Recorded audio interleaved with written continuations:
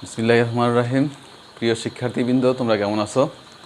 আশা করি ভালোই আছো, আমিও ভালো আছি। আজকে আমরা বাড়াবো পদার্থবিজ্ঞান দ্বিতীয় পত্র পঞ্চম অধ্যায়ের উপরে পূর্ণচক্রের জন্য গড় তড়িৎচালক শক্তি, অর্ধচক্রের জন্য গড় তড়িৎচালক শক্তি এবং পূর্ণচক্রের জন্য তড়িৎচালক শক্তির গড় বর্গের বর্গমূল মান। আমরা প্রথমে আলোচনা করতেছি পূর্ণচক্রের জন্য গড় তড়িৎচালক শক্তি। তড়িৎচালক শক্তির সমীকরণ আমরা জানি E = E0 sin of omega t. যদি পর্যায়কাল টি হয় তাহলে পূর্ণচক্রের জন্য গড় তড়িৎচালক শক্তি হবে 0 to t E dt by t।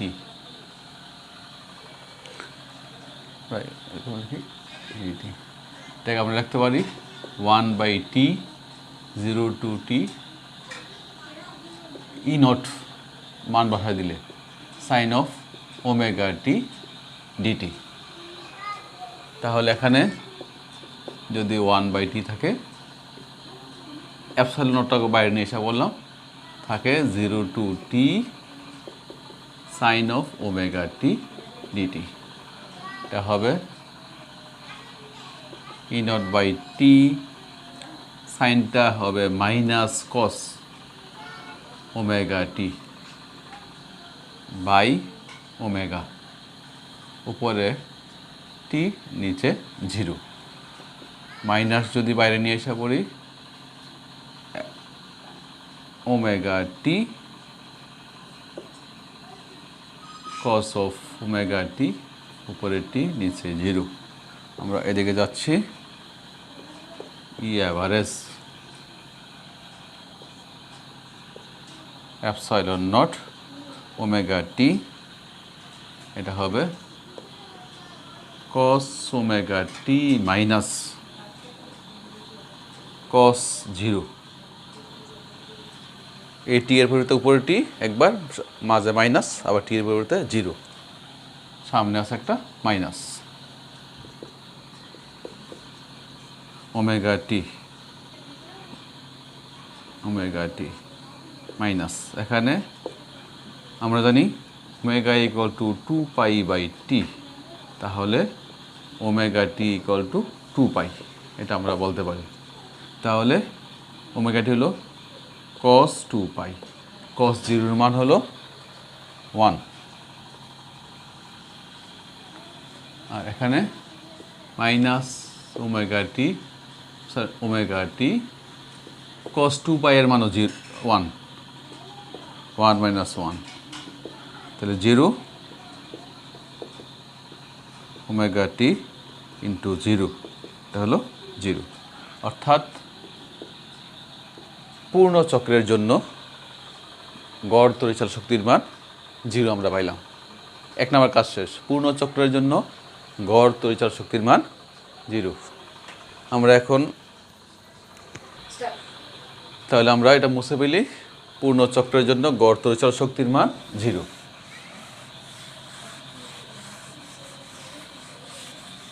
এখন করব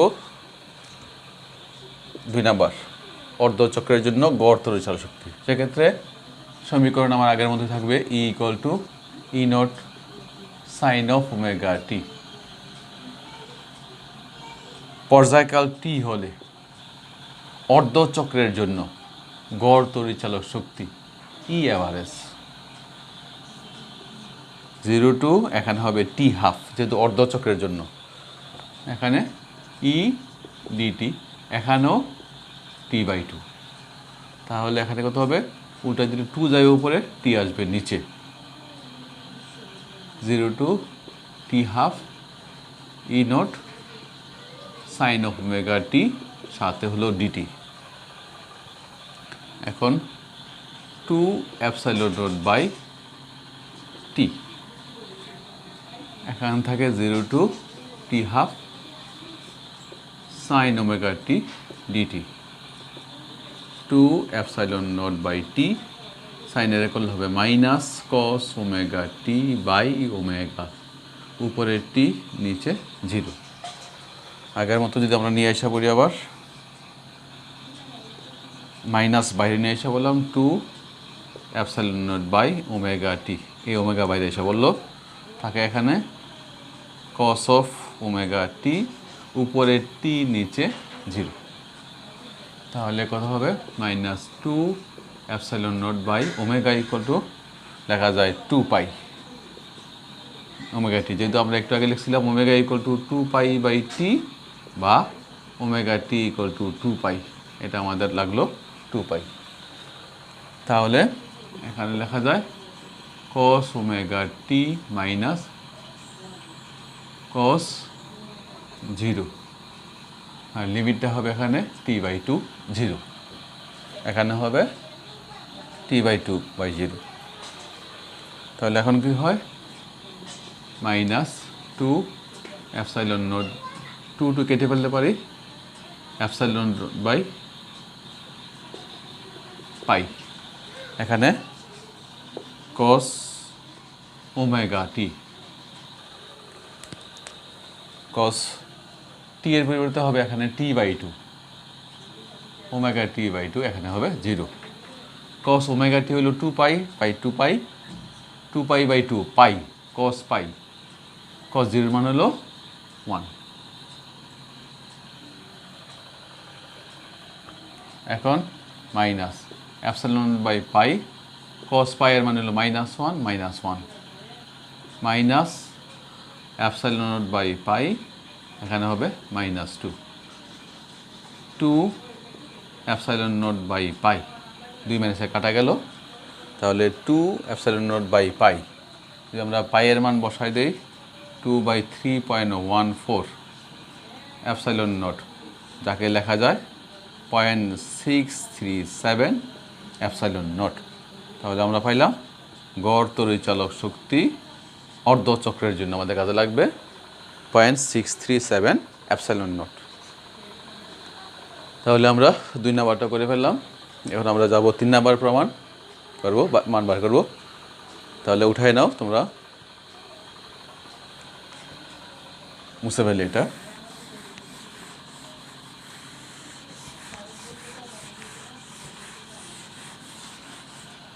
এখন করব পূর্ণ চক্রের জন্য তড়িৎচালক শক্তির গড় বর্গের বর্গমূল মান।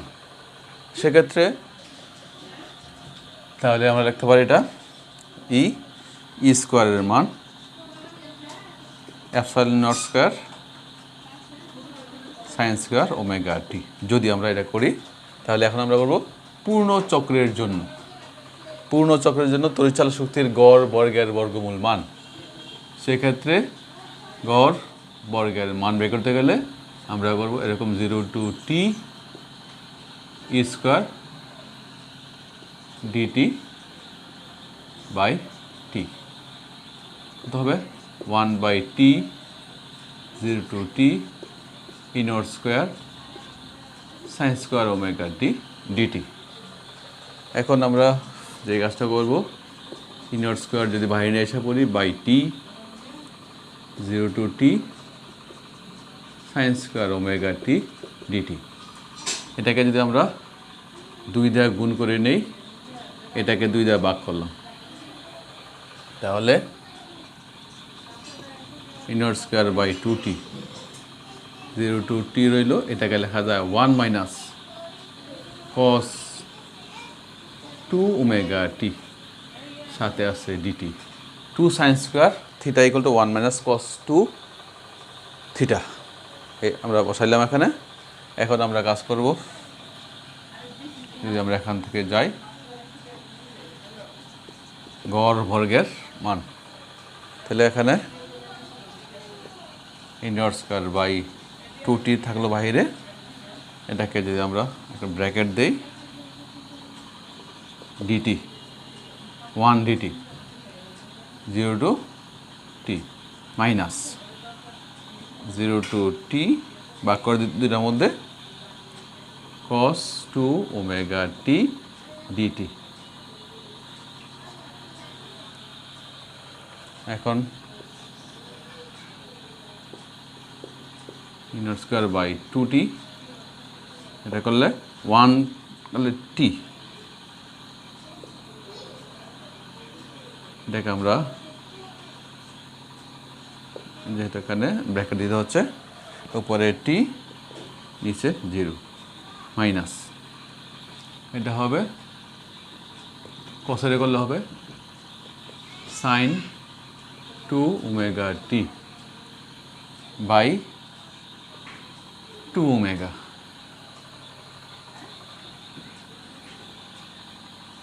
উপরে t নিচে 0, এখানে সেকেন্ড ব্র্যাকেট। তাহলে এখন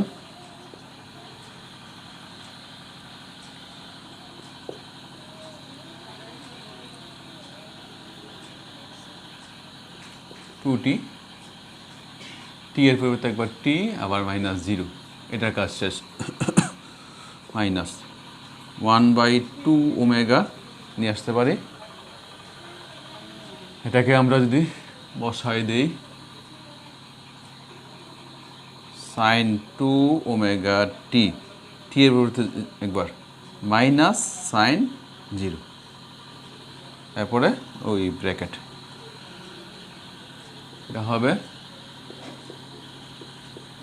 1/2t, এখানে আছে t মাইনাস, এটা থাকবে 1/2 ওমেগা, সাইন 2 ওমেগা টি হলো 4 পাই, ওমেগা টি হলো 2 পাই, 2 ইন্টু 2 4 পাই, সাইন 4 পাইয়ের মান 0, সাইন 0 পুরো হয়ে যায় 0 মাইনাস 0, যেহেতু সাইন 4 পাইয়ের মান 0, তাহলে এটা কাটা গেল 0 মাইনাস 0 0, 1/2 ওমেগাও 0, থাকতেছে শুধু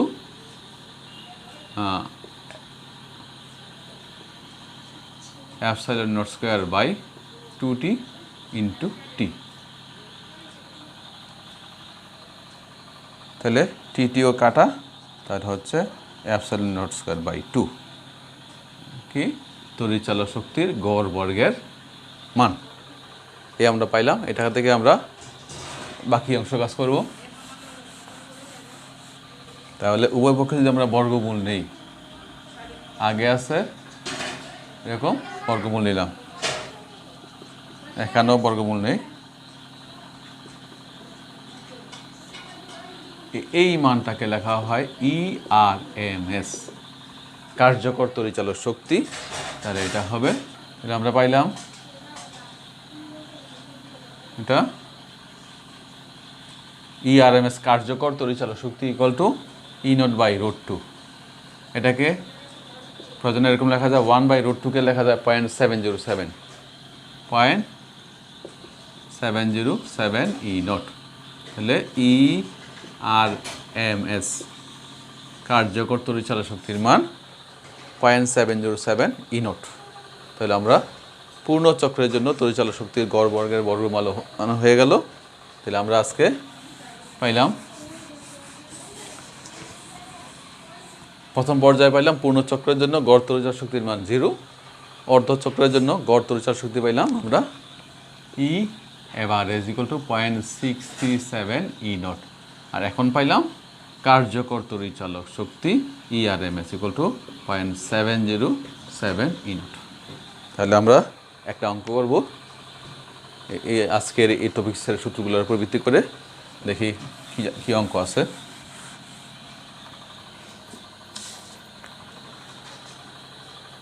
চট্টগ্রাম বোর্ড 19 সালে একটা অঙ্ক আসছে, ছোট অঙ্কই, একটা ইকুয়েশন দেওয়া আছে, E equal to 6 sign 314t, এটা মুছে ফেলি এটা।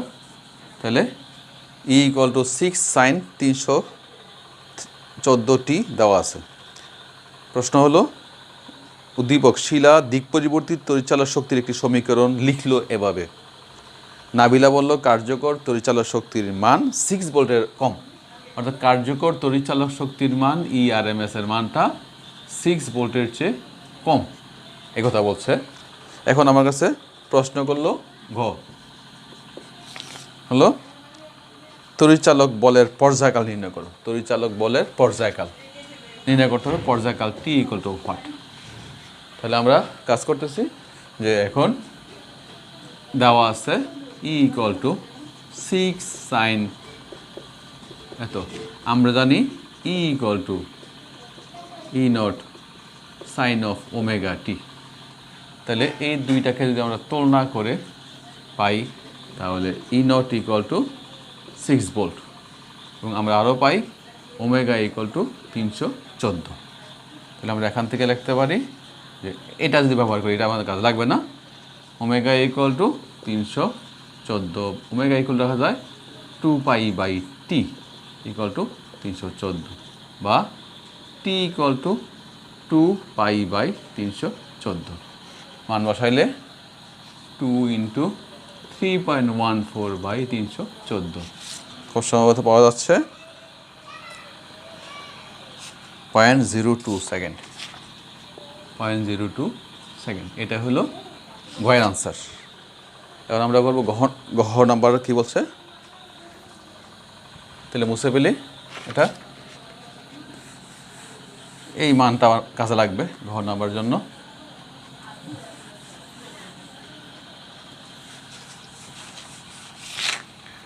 ঘর নাম্বার বলছে যে নাভিলার কি সঠিক বলেছিল, নাভিলা বলছিল যে কার্যকর তড়িৎ শক্তির মানটা 6 ভোল্টের চেয়ে কম।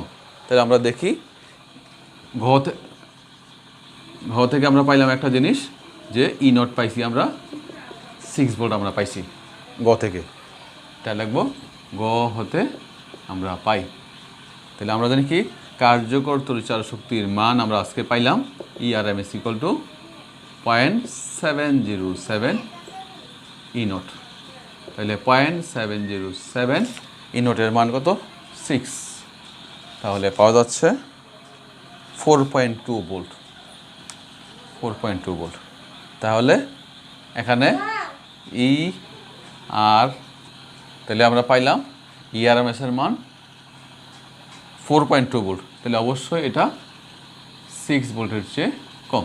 তাহলে নাবিলা যা বলছে তার উক্তি সঠিক। তাহলে গহ হয়ে গেল আমরা। তাহলে আজকে আমরা পাইলাম 3টা থিওরি পাইলাম আর একটা অঙ্ক করলাম। অঙ্কটা ছিল চট্টগ্রাম বোর্ড 2019 সালে। আশা করি তোমরা আমার লেকচারটা দেখবে এবং অঙ্কগুলো করবে ভালো করে, তাহলে তোমাদের উপকার হবে। আজকে এখানেই থাক, খোদা হাফেজ।